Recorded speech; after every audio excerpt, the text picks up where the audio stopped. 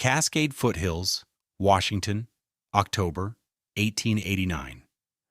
The air, sharp with the promise of a bitter winter, carried the scent of pine resin and wet stone. Along the roaring churn of Sulphur Creek, a man was building something that made no sense. While other settlers raised their cabins on cleared, dry ground, Lorenz Summermatter was building his in the damp, shadowed throat of a granite alcove, directly behind the 20-foot cascade that gave the creek its name. The work was slow and strange. He wasn't felling the giant firs for his walls. He was hauling river stones, wrestling them into place against the weeping granite face of the cliff. His front wall, the only one that would face the valley, was of carefully notched cedar, but the other three sides were the living rock of the mountain itself. Burl Oaks, the land claims agent for the territorial government, stood on the opposite bank, his ledger tucked under his arm, a look of profound disbelief on his face.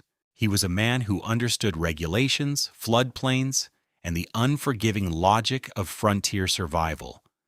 What he was witnessing violated all three. "Summermatter!" he yelled over the roar of the falls. "That's a seasonal waterway. I'll have to file this site as an unacceptable flood risk. You're building your family a tomb." A few other settlers, Silas Croft and Jedediah Stone among them, had stopped their work to watch the Swiss man's folly. "It's damp madness," Croft muttered to Stone, loud enough to carry.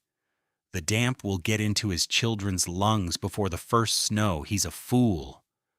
Lorenz paused, setting a heavy stone into a bed of lime mortar. He looked across the water at the men, his face calm, betraying no offense. He wiped his hands on his trousers and called back in his thick, quiet accent, "The water is my friend, Mr. Oaks." Then he turned back to his work, leaving the claims agent and the settlers to shake their heads at the sheer, inexplicable foolishness of the newcomer. They saw a man building a house in the wettest, coldest, most dangerous spot in the entire valley, a place destined to become a coffin of ice. What did this Swiss millwright understand about the latent heat of flowing water that a seasoned claims agent and a valley of hardened settlers had missed? This channel is dedicated to the lost wisdom of the past, to the innovators who solved impossible problems with the materials at hand. Their stories are not just history, they are lessons in physics, resilience, and the quiet power of observation. If you believe that ingenuity is timeless, subscribe to our channel and join a community that honors these forgotten pioneers.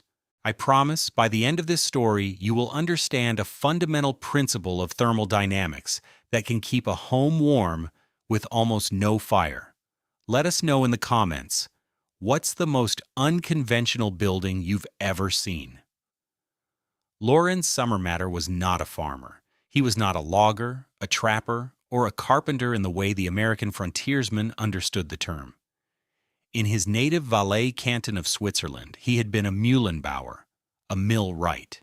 But this title failed to capture the entirety of his trade. He was a master of stone, water, and pressure. His hands knew the heft of granite blocks, the precise curve of a water wheel's bucket, the unyielding strength of a bedrock foundation. For 2 decades, his work had been to harness the violent energy of alpine cascades, channeling their power through flumes and gears to grind rye and wheat into flour. His mills were not wooden shacks built near a river. They were stone fortresses built into the river, pressed against the granite cliffs from which the water fell.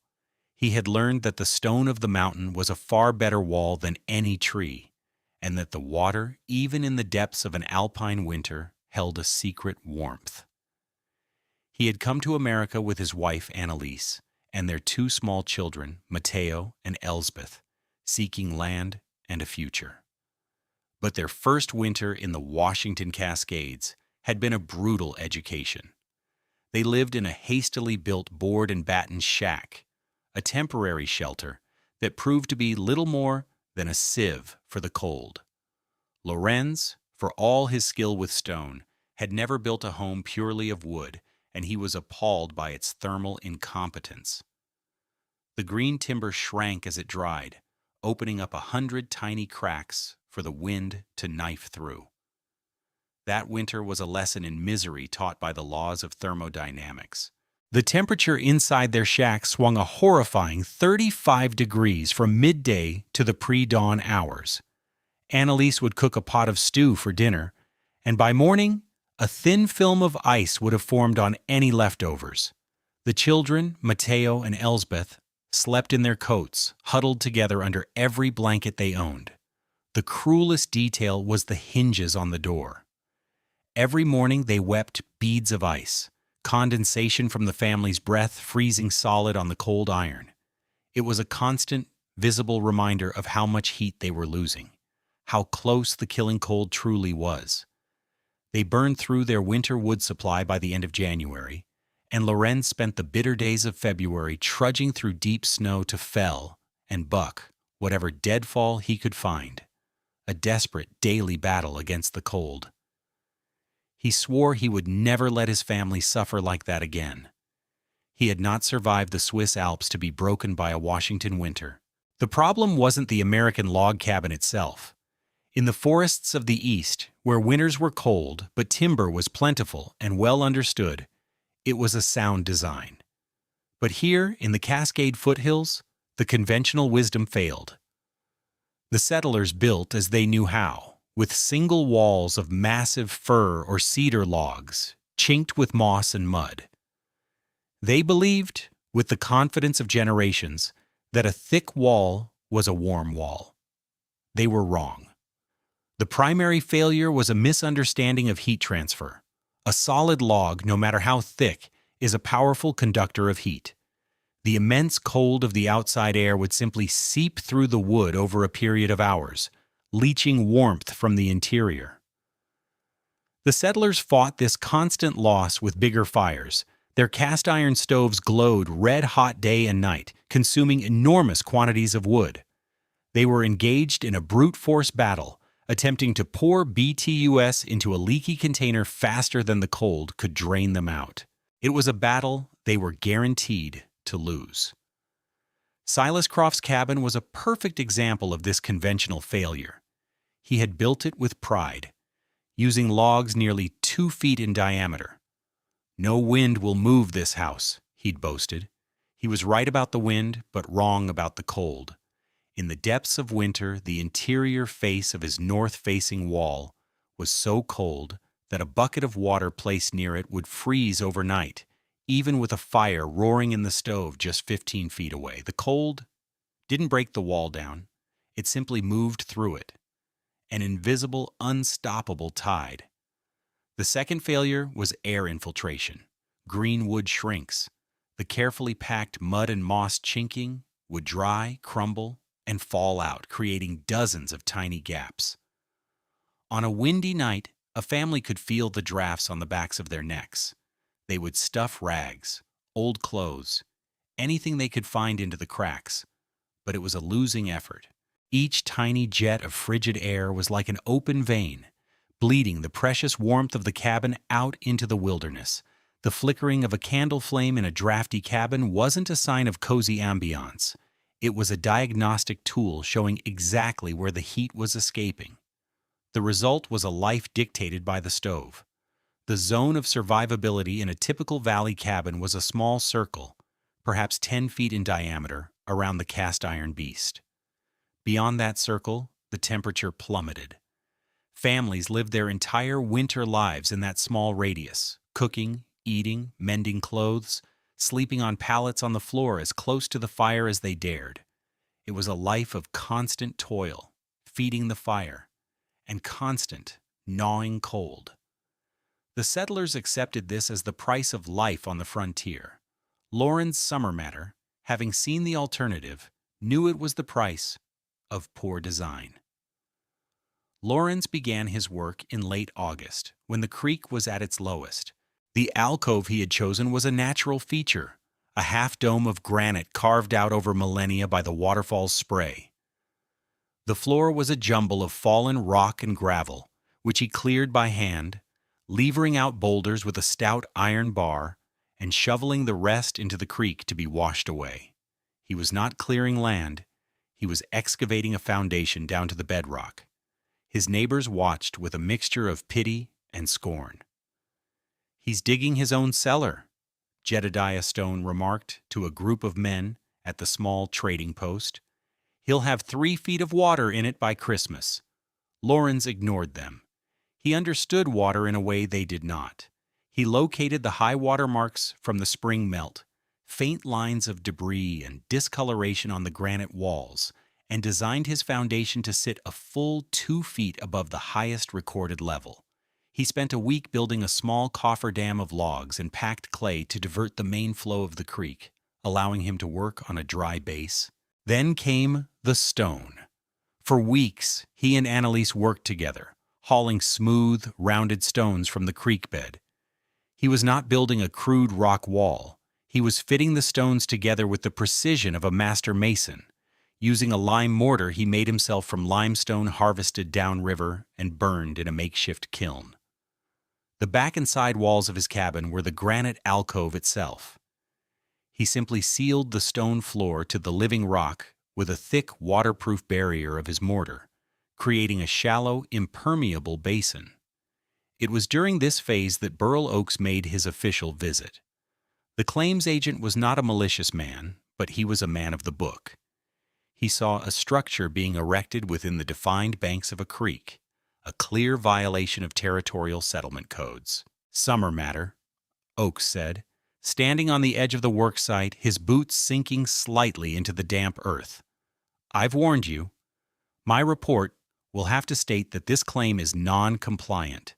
The structure is situated in a seasonal flood zone. The territory will not grant you a patent on this land." He pointed a stern finger at the waterfall. "That water is your enemy. It represents an economic threat to the viability of your claim." Lorenz set a particularly large capstone in place, tapping it gently with his hammer until it settled perfectly. He looked at Oakes, his eyes calm. "In my country, we build with the mountain, not on it," he said. "The water is not the threat. The wind is the threat. Here, there is no wind." He gestured to the protected space of the alcove where the air was still, and the roar of the falls was a constant deep hum. Oakes just shook his head. He made a series of notes in his ledger, his pencil scratching with an air of finality. He saw only risk and foolishness. He could not see the elegant physics at play. The front wall was the last piece. It was made of cedar logs, carefully scribed and fitted to the uneven contours of the granite opening. Lorenz insulated it in a way no one in the valley had ever seen. He built 2 parallel walls of smaller logs, leaving a 6-inch gap between them, which he painstakingly filled with dried moss and sawdust from his cutting. It was a tremendous amount of extra work, but Lorenz knew the secret was not thick walls, but trapped air. Air was the greatest insulator on Earth, if you could only keep it still. By the time the first snows fell in November, the cabin was complete. It looked bizarre, like a small, traditional log cabin that had been pushed backwards into a cave. The roof, made of split cedar shakes, sloped steeply from the rock face down to the top of the front wall, leaving no place for snow to accumulate. A thin plume of smoke rose from a stone chimney built against the side of the alcove. To the settlers in the valley, it was a strange, damp, and doomed little house. To Lorenz Summermatter, it was a machine for surviving the winter. To understand why Lorenz's strange cabin worked, you have to understand a hidden property of water. Most people think of temperature as a smooth, linear scale. As you remove heat from water, it gets colder and colder until it hits 32 degrees Fahrenheit and becomes ice. This is true, but it omits the most important part of the story. The transition from liquid to solid is not a gentle slope. It is a cliff. At the precise moment that 1 pound of water at 32 degrees decides to become 1 pound of ice at 32 degrees, it must release a tremendous amount of energy. This energy is called the latent heat of fusion. For water, the number is specific and powerful: 144 British thermal units, or BTUs, per pound. A single BTU is the amount of energy required to raise the temperature of 1 pound of water by 1 degree Fahrenheit. So, to turn into ice, a pound of water has to shed the same amount of energy it would take to raise its temperature from 32 degrees all the way to 176 degrees. It is a massive energetic sacrifice. A still pond on a cold night gives up this heat easily. The surface cools, the molecules slow down, and the latent heat radiates away into the cold air, allowing ice to form. But Lorenz Summermatter's cabin was not next to a pond. It was behind a waterfall. Flowing water is water in motion. The constant turbulence, the swirling and mixing, prevents the water molecules from arranging themselves into the neat crystalline structure of ice. For the waterfall to freeze, the entire flow of the creek would have to be chilled below 32 degrees. As the Arctic air of a Cascade winter tried to pull heat from the water fought back. Every drop that flirted with freezing would release its 144 BTUs of latent heat, which would be immediately mixed back into the flow, warming its neighbors. The waterfall was, in effect, a massive thermal engine. The creek, fed by the immense thermal mass of the earth upstream, was a constant source of water at a temperature safely above freezing, likely around 38 to 40 degrees. As this water tumbled over the falls, the spray and aeration exposed a massive surface area to the cold air. The air would steal its heat, trying to force it to freeze. But the water would not freeze. Instead, it would release its latent heat, a gentle, constant furnace that needed no wood. The air in the alcove behind the falls became trapped in this thermal exchange. It could never get much colder than the water itself.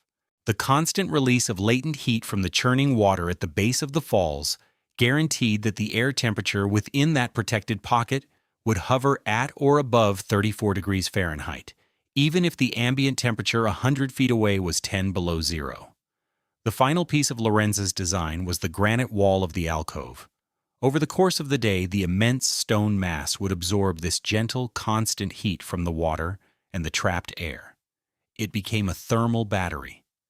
At night, as the outside temperatures plummeted, the granite would slowly radiate this stored warmth back into the cabin, stabilizing the interior temperature. Lorenz hadn't just built a cabin behind a waterfall.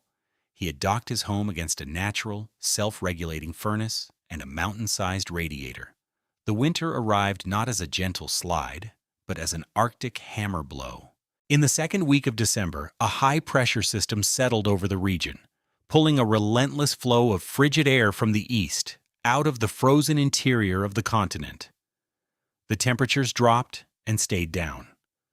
For 27 consecutive days, the thermometer in the valley never rose above freezing, and for most of that time it hovered near zero. The low point was a soul-crushing -6 degrees Fahrenheit, accompanied by a dry, relentless wind that scoured every last BTU of warmth from the landscape. For the settlers in their conventional cabins, it was a nightmare. The Battle of the Stove became a full-scale war. Silas Croft's 2-foot-thick log walls were bleeding heat so fast that his family was burning through nearly a quarter of a cord of wood every 2 days. The woodpile he thought would last until March was half gone by New Year's Day. His children were sick with hacking coughs, and his wife's face was a permanent mask of exhaustion and worry. One morning he found their milk cow frozen solid in the barn, standing up as if she had simply given up in the night. In Jedediah Stone's cabin, the water barrel in the corner of the main room, a full 10 feet from the stove, froze solid. They had to chip ice out with an axe to get water for coffee. The misery was palpable. The world shrank to the small, smoky space around the fire, a tiny island of warmth in an ocean of lethal cold. In the alcove behind the falls, life was different.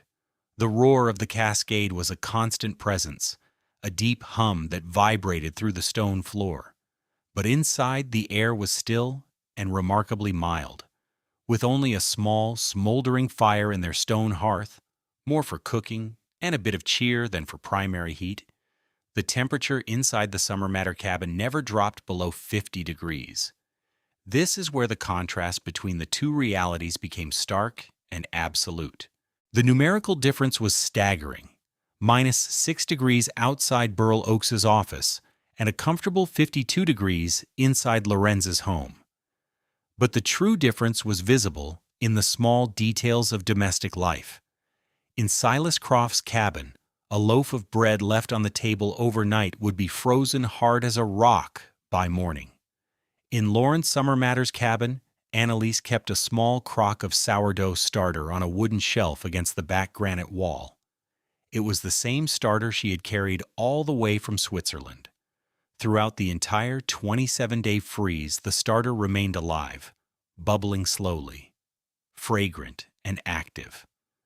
In a world where water, milk, and even livestock were freezing solid, this small pot of living yeast was a profound testament to the success of Lorenz's design.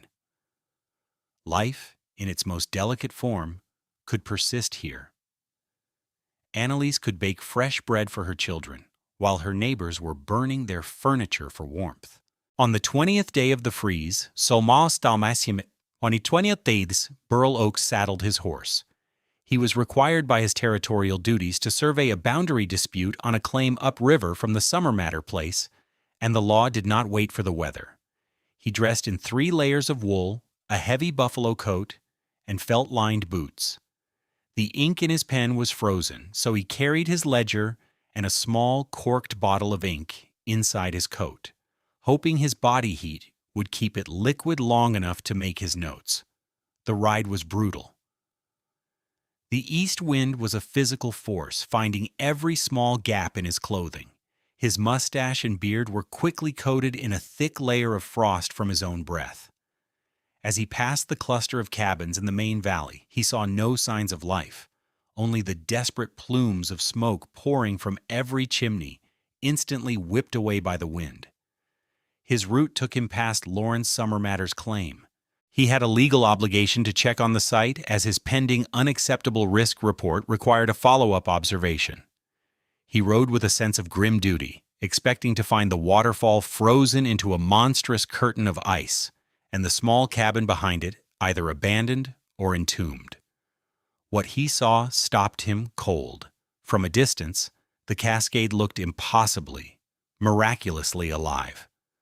While every other trickle and seep on the surrounding cliffs was a solid sculpture of blue-white ice, the main sheet of Sulphur Creek Falls was still moving, a dark, churning torrent against the frozen landscape.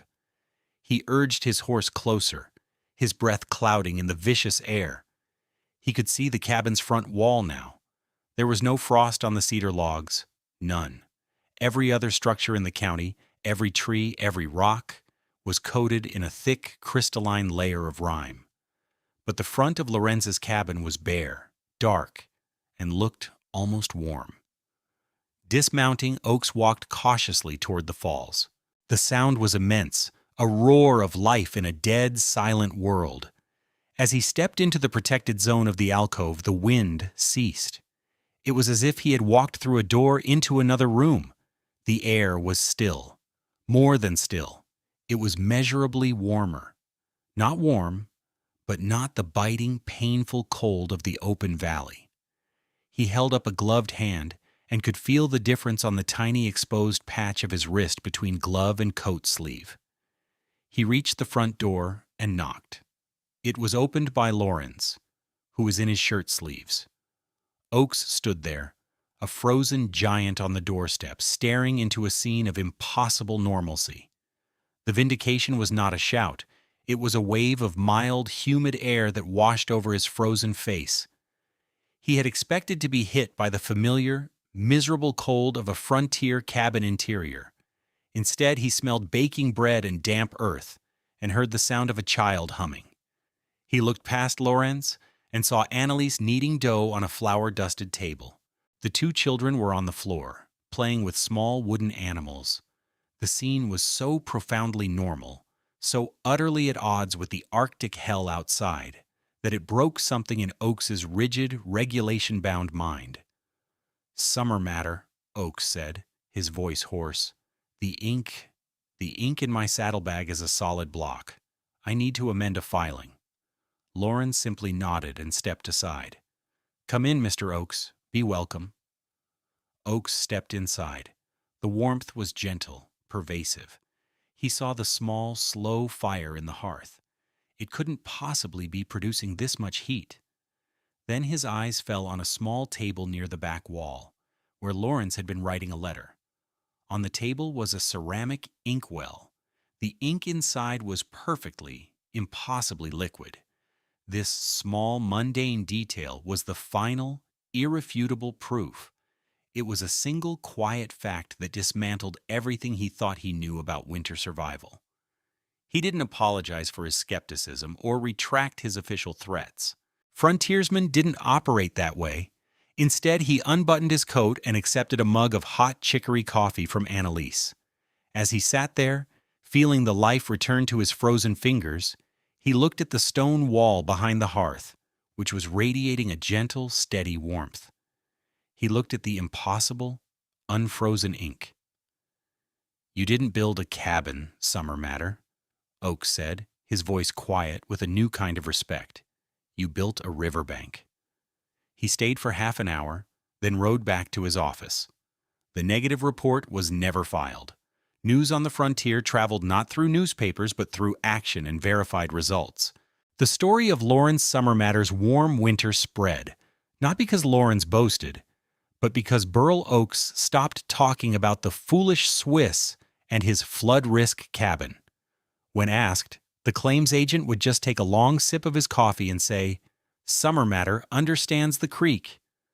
From a man like Oakes, this was the highest possible praise, and it carried more weight than 1,000 boasts. The true validation, the mechanism for the idea's spread, came the following summer. A territorial surveyor named Elias Vance was working his way up the valley, officially mapping claim boundaries for the government patents. Vance was a methodical man, a student of geology and hydrology. He had heard the whispers about the Waterfall cabin and made it a point to visit. He arrived on a hot August day and found Lorenz reinforcing the mortar on his foundation. Vance introduced himself and, with professional curiosity, asked if he could take some readings. Lorenz, a man who shared knowledge as freely as he breathed, agreed. Vance spent 2 hours at the site. He measured the dimensions of the alcove, the flow rate of the creek, and the temperature of the water. He used a sensitive thermometer to record the temperature of the granite wall deep inside the cabin, comparing it to exposed rock faces outside. His notes from that day became a small, quiet legend in the Territorial Land Office. In 3 subsequent land filings for parcels downstream from Lorenz's claim, a peculiar annotation appeared, written in Vance's precise script. Claim includes south-facing granite alcove adjacent to perennial Cascade. Note, site benefits from significant thermal moderation due to latent heat release from aerated water. Surveyor's observation indicates potential for alcove microclimate to remain approximately 35 to 40 degrees Fahrenheit above ambient winter norms, mitigating frost and wind exposure. The knowledge was no longer folklore. It was data, entered into the official record. Other settlers, reading these surveyors' notes when filing their own claims, began to see the landscape differently. They started looking for sheltered coves, for small, steady creeks that ran all winter.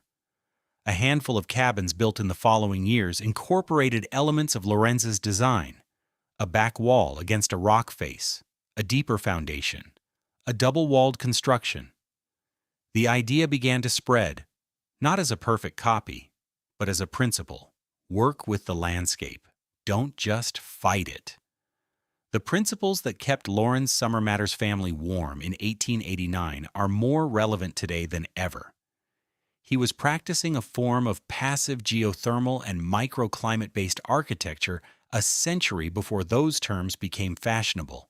Modern architects and engineers use the stable temperature of the Earth, geothermal energy, to heat and cool buildings with incredible efficiency. They use advanced software to model how sunlight, wind, and landscape features interact with a structure. Lorenz Summermatter had no software. He had observation, memory, and a deep, intuitive understanding of physics gained from a lifetime of working with stone and water. His waterfall cabin was a brilliant living example of using a natural, ever-present energy flow to create a stable, comfortable human habitat. The settlers in the valley saw the winter as an enemy to be defeated with fire. They saw the forest as a stockpile of fuel for their war. The more brutal the winter, the more wood they threw on the fire, the harder they fought. Lorenz Summermatter, the quiet millwright from Switzerland, understood that you could not defeat the winter. It was too vast, too powerful. The only way to survive was to find the one small part of the landscape that had already won the battle. He saw the roaring Cascade not as a threat of flood or damp, but as a promise. He recognized that water that will not freeze is a furnace that needs no wood. It is a source of constant, gentle energy that asks for nothing in return. He didn't build a shelter to hide from the winter. He built his home inside the winter's one magnificent exception. Thank you for joining us on this journey into the past. If you found this story of ingenuity and resilience valuable, please consider liking this video and subscribing to our channel for more explorations of forgotten wisdom. Every subscription helps us to research and share these incredible stories. We'd love to hear your thoughts in the comments. What modern technologies do you think are anticipated by old techniques like this one? Disclaimer: the content presented in this video is for educational and storytelling purposes. The characters, names, and specific events depicted are fictionalized reconstructions inspired by historical building practices and frontier life. The physical and engineering principles discussed are based on real science. However, any application of historical techniques to modern construction should be undertaken with caution and in full compliance with current building codes, safety standards, and engineering regulations. This video does not constitute professional, technical, or legal advice.